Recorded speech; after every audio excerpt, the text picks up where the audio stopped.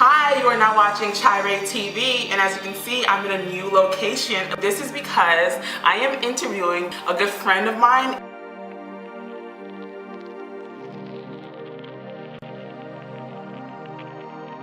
I'm here with Marcus Derricotté of Derricotté Productions. He shot for Vogue Italia. He's the creative director of a 5-star restaurant in Pennsylvania. He's a very popular photographer and popping on Instagram because you know that counts. It's been a long time. This is like 6 years in the making, right? Yes, thank you so much for having me.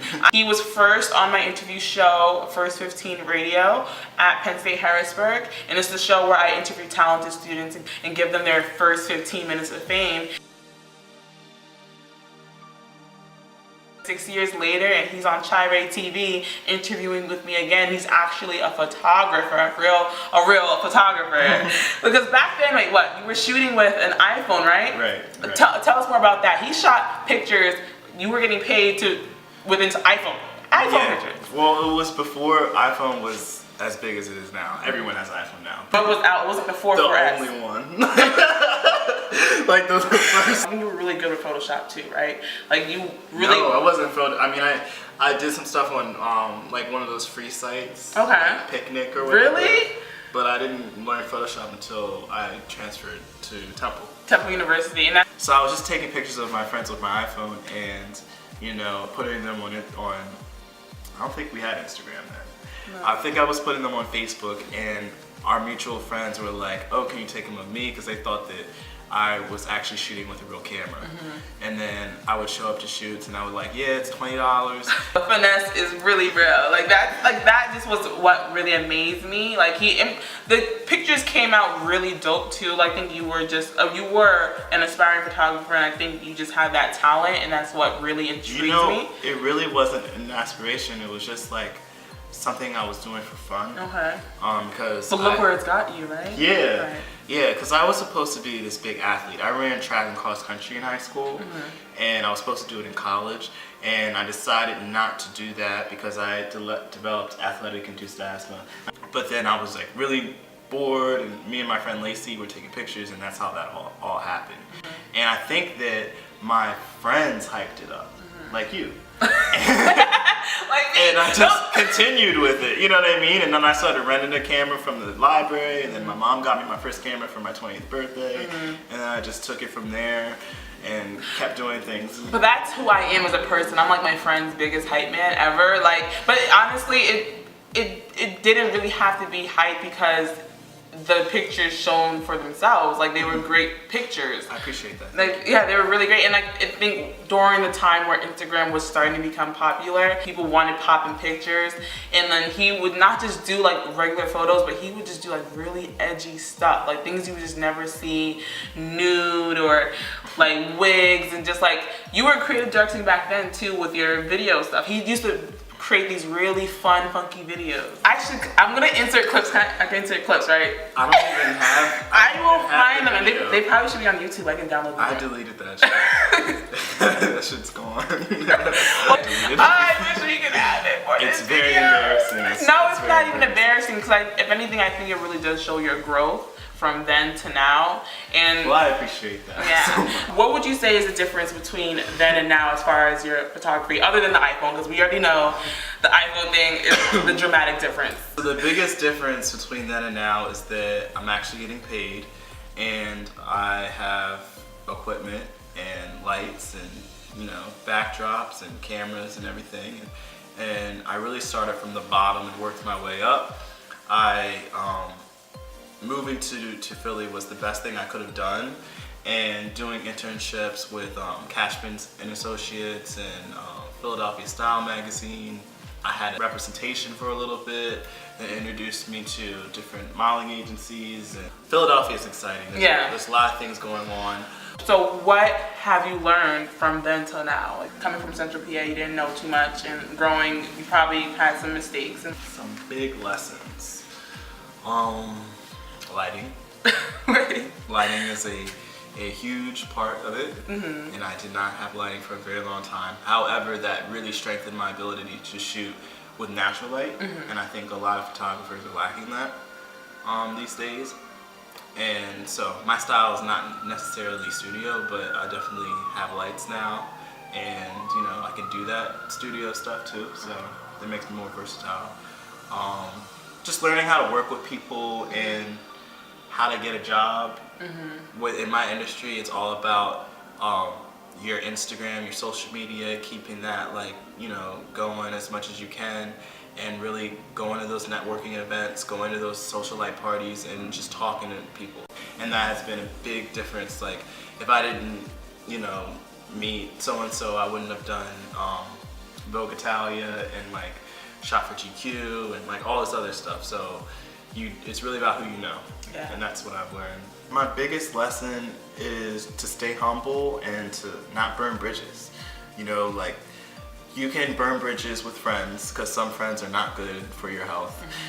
But, you know, with business, you need to keep it professional. And sometimes I struggle with that, because there's a lot of devils who wear Prada in my business. There's a lot of confrontation, and you have to know how to deal with that and be respectful and to not, you know, jeopardize your future. So what made you make the big move from Central PA to Philly, and now he's in New York City, ready to take over? What made you come here?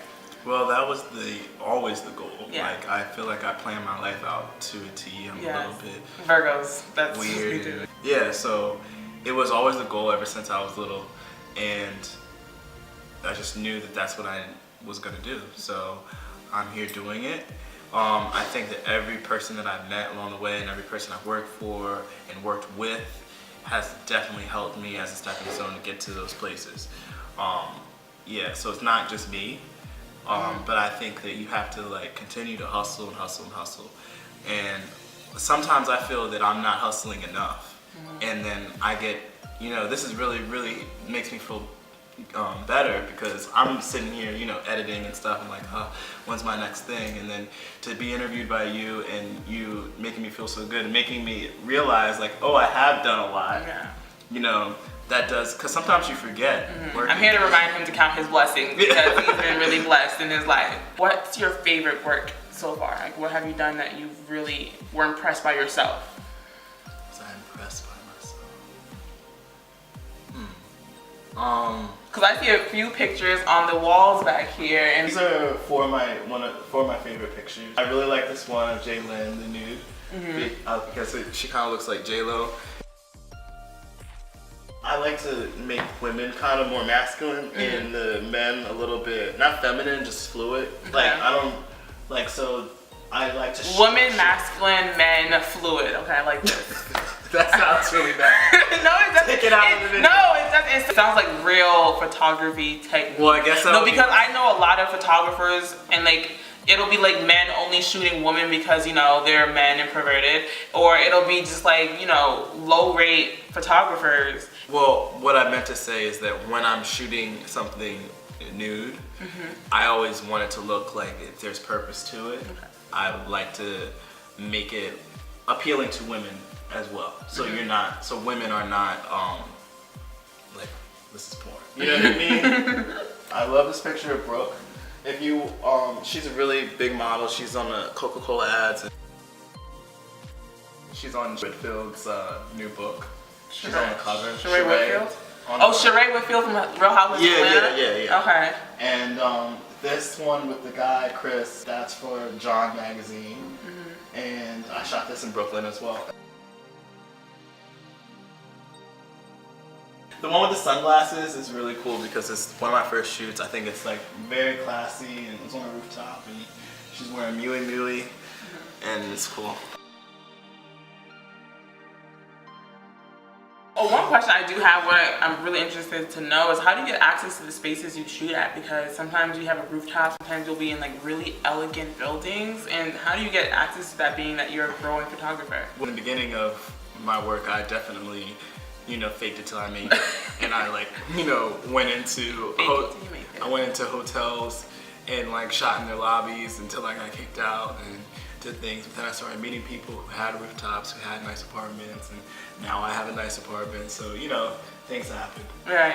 So you guys know Marcus Derricotté of Derricotté Productions was actually shot with Beatface Honey, who was a famous makeup artist and YouTube influencer. when he told me, I was stunned. I was like, oh my gosh. Cause okay, I have to talk about this real quick. Beatface Honey, when I was learning how to do makeup, I watched Beatface Honey every single day. I was like, she was my teacher as far as this makeup game. And like I even recommend her channel to people who are trying to learn how to do makeup too. So when he told me he shot Beatface Honey, I was like, how did that even happen? She like does makeup, like she has grown so much from her YouTube, and that's who I'm trying to be like one day. But okay, back to him. But like, it's just amazing that you shot with her. And how was that? I love Tatiana. She's amazing. Oh yeah, Tatiana. She's first name basis. Yeah. No, she's a really good friend, and we spend a lot of time on the phone still. Okay. Her family lives close to my dad's, and a mutual friend knew her. And I didn't know who she was. I'm not gonna lie. She knows that. And she, like, a mutual friend kept saying like, oh, you should hook up with Tatiana. She's like doing big things. She does stuff with Nicki Minaj. And by this point, seeing celebrities and meeting celebrities is not a big deal to me anymore. So it's just like, it was like, okay, whatever. But she kept persisting that, you know, we should meet.